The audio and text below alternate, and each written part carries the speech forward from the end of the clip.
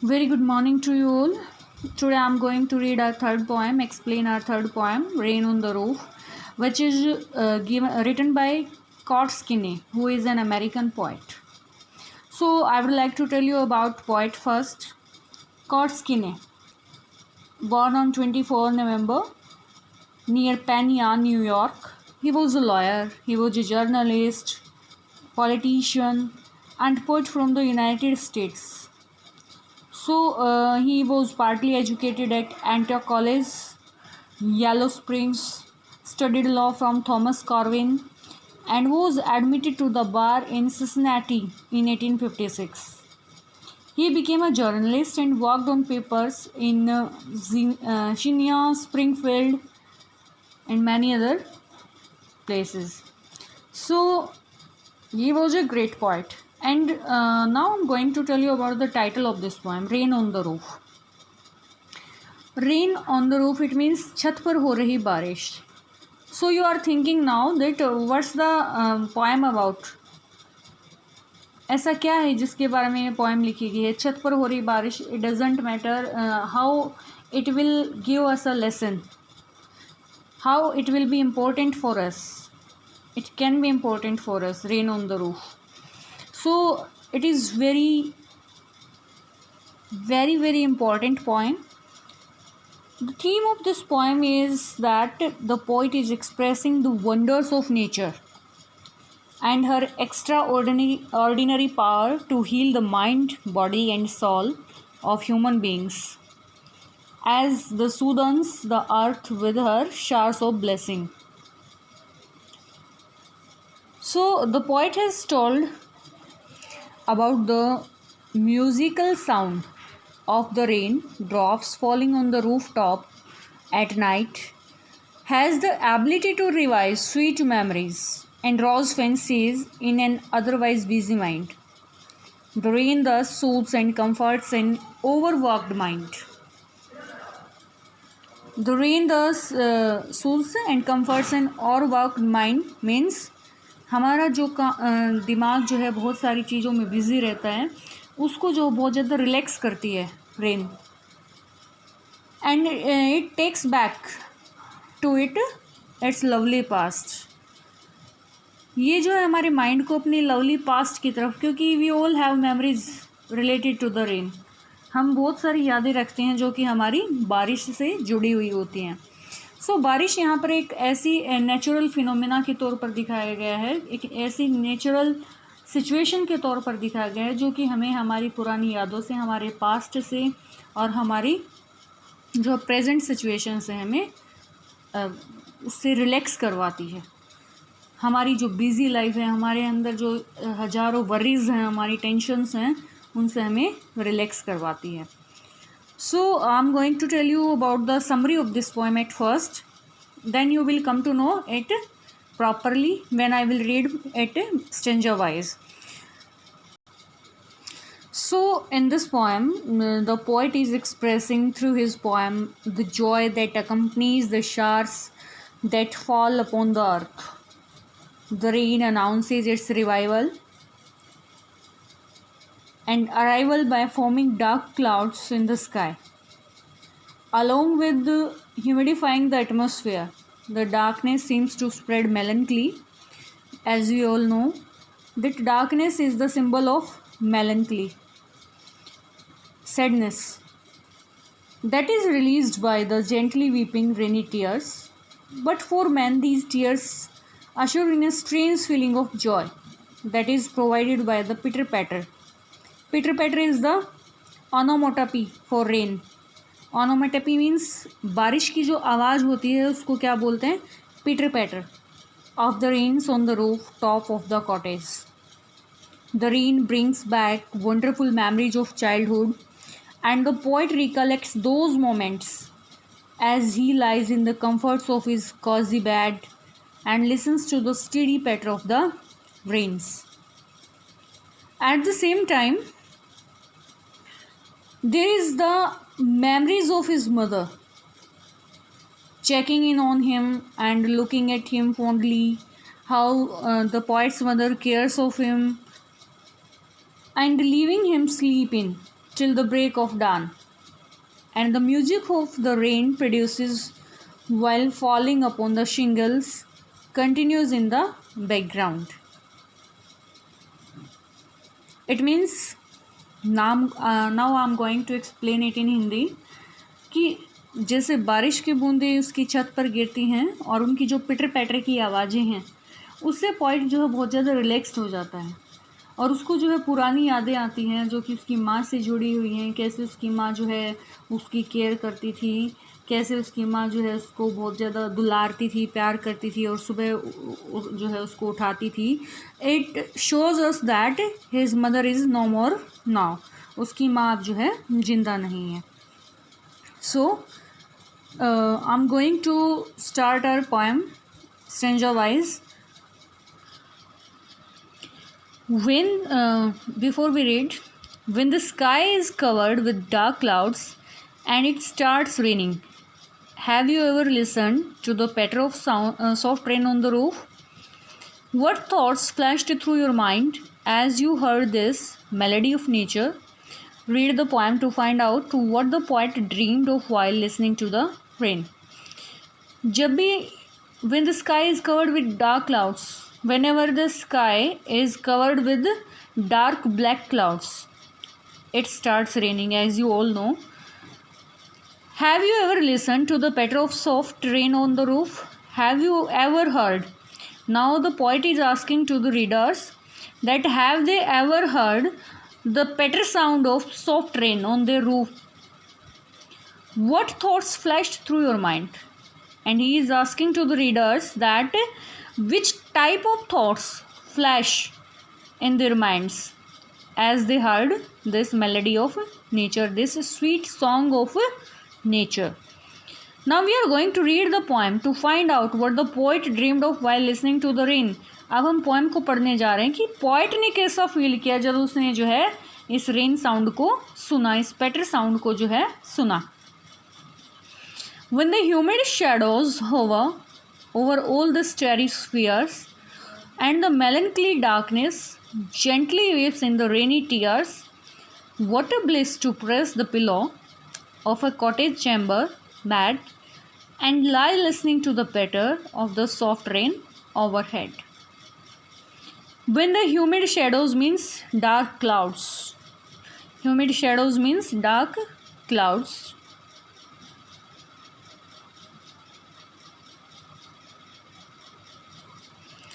Hover means hang.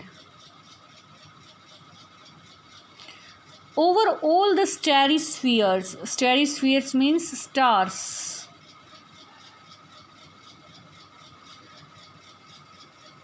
When the humid shadows, it means जब कभी भी डार्क क्लाउड्स जो हैं हमारे स्टारी स्फीयर्स को छिपा लेते हैं, यानी कि स्टार्स को छिपा करके जो है पूरे आसमान पर को कवर कर लेते हैं। And the melancholy darkness gently weeps in the rainy tears. Then what happens? फिर क्या होता है? melancholy means sadness. जो sadness है और किसकी वजह से आई है? डार्कनेस की वजह से, क्योंकि जैसे ही जो है काले बादल आसमान में छा गए हैं उसकी वजह से क्या हो गया है? अंधेरा हो गया है पूरी तरह से।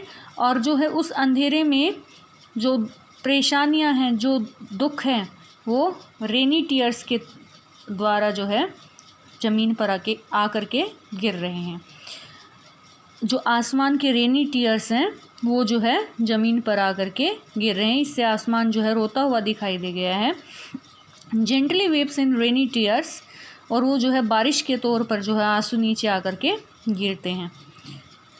What a bliss to press the pillow. Bliss means utmost joy, खुशी। To press the pillow of a cottage chamber bed, कितना ज़्यादा खुशी देने वाला होता है जब ये टाइम आता है, जब जो है उदासी के जो आसमान की उदासी है उसकी वजह से जो है वो कैसे आंसू रोता है? बारिश रूपी आंसू जो है ज़मीन पर गिराता है। लेकिन ये मेरे लिए बहुत ज़्यादा खुशी देने वाला है और मैं ऐसे में क्या करता हूँ, अपने कॉटेज में जो है अपने बेड पर अपने पिलो को प्रेस करके उसके ऊपर जो है लेटा रहता हूँ।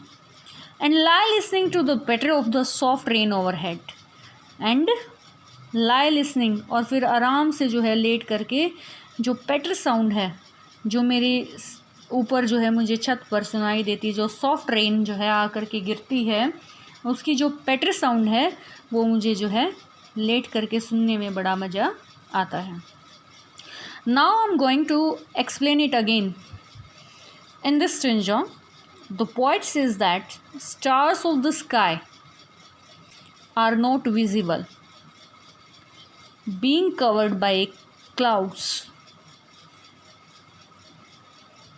He says that the darkness is making him sad and reflective, and the rain also seems to mirror the emotions, as it looks like tears falling softly from human eyes.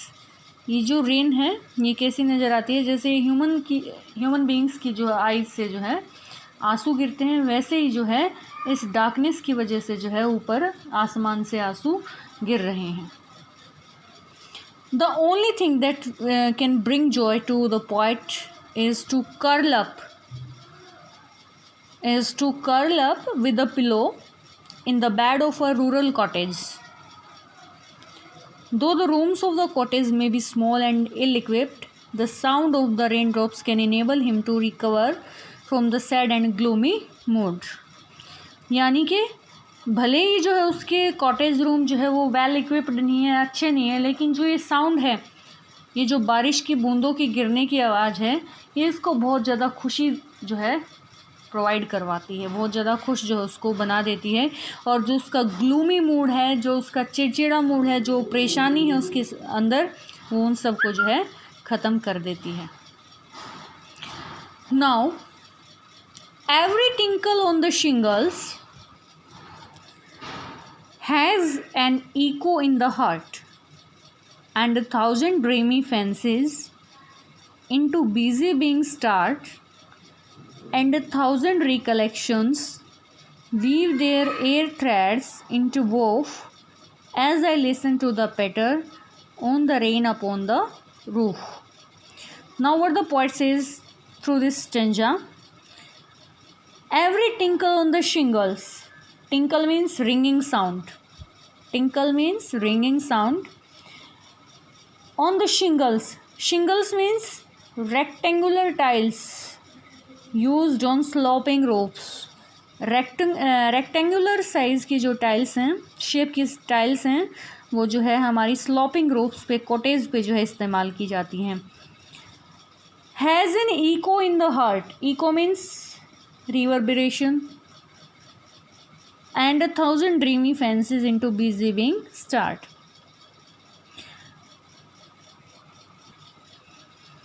Here what the poet says, every tinkle on the shingles, कि जैसे ही जो उनकी roof है, छत है, उनकी जो rectangular shape की टाइल्स हैं, जैसे ही उसके ऊपर बूंदें गिरती हैं तो वो कैसी एक साउंड प्रोड्यूस करती हैं, एक जो है बहुत ही टिंकलिंग साउंड जो है उसको सुनाई देती है.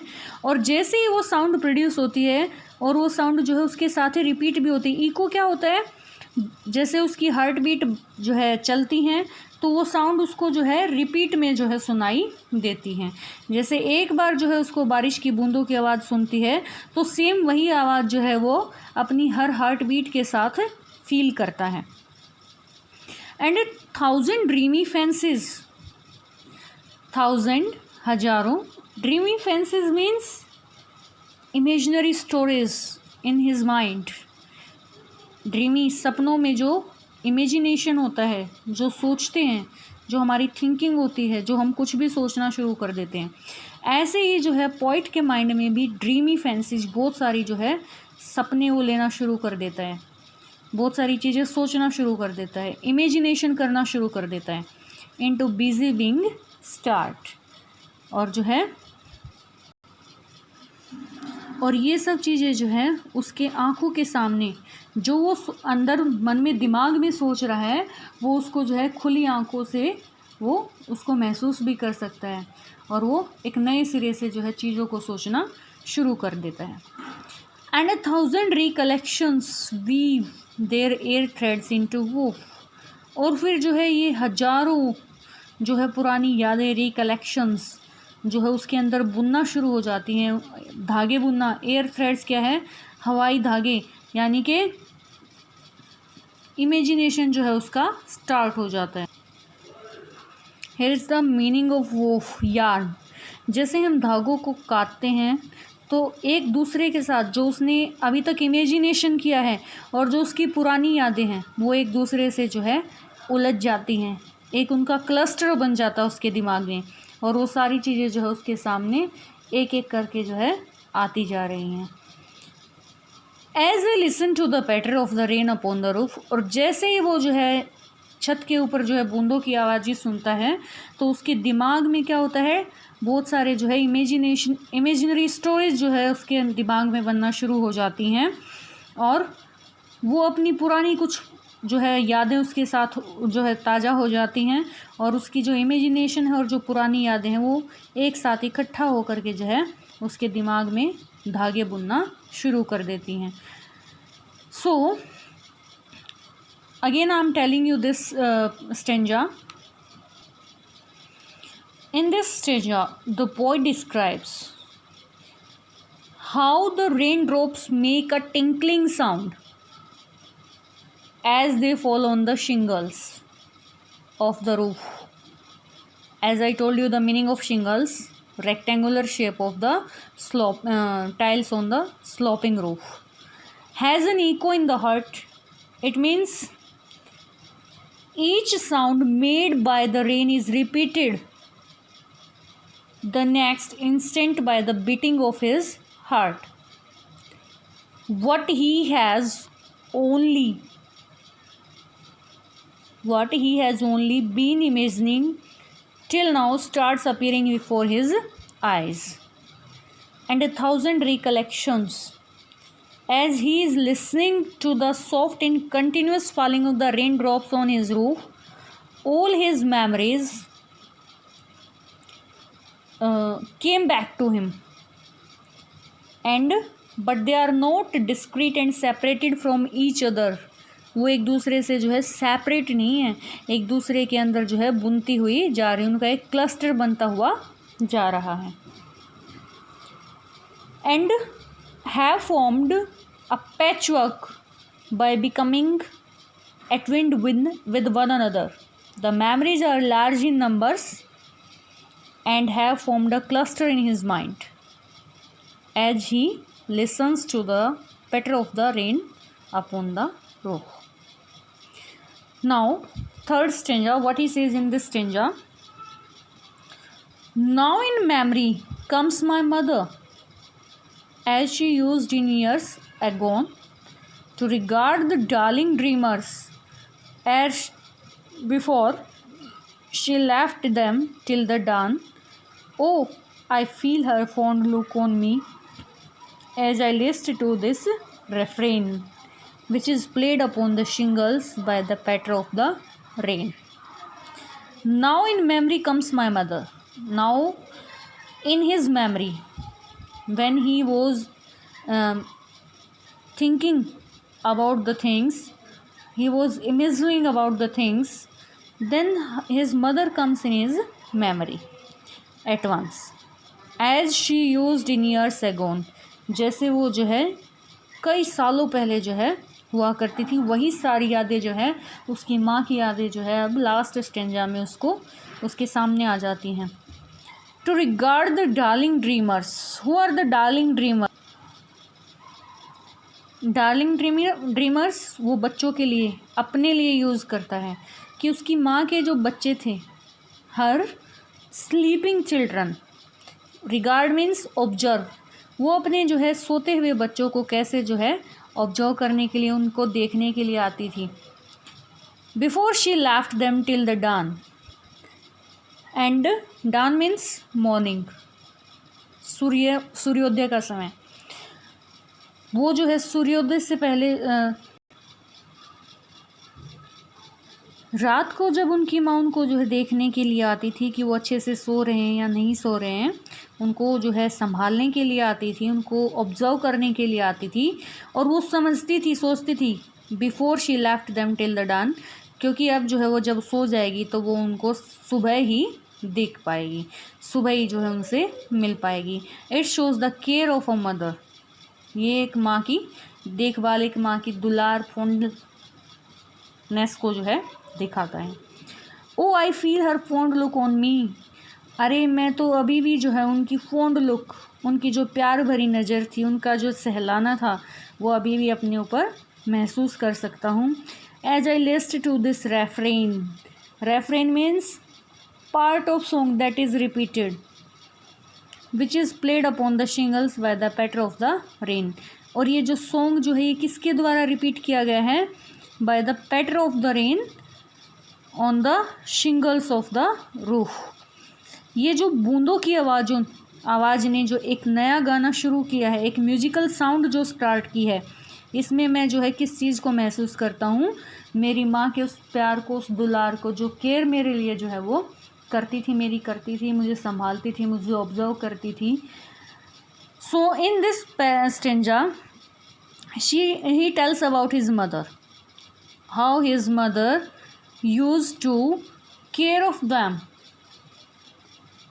and how she observed them in the night time because she knew that she will meet them in the next morning. So we have completed our poem, and throughout the poem what we have learned from this poem, इस पूरे poem के दौरान हमने इससे क्या सीखा? I'm going to tell you again.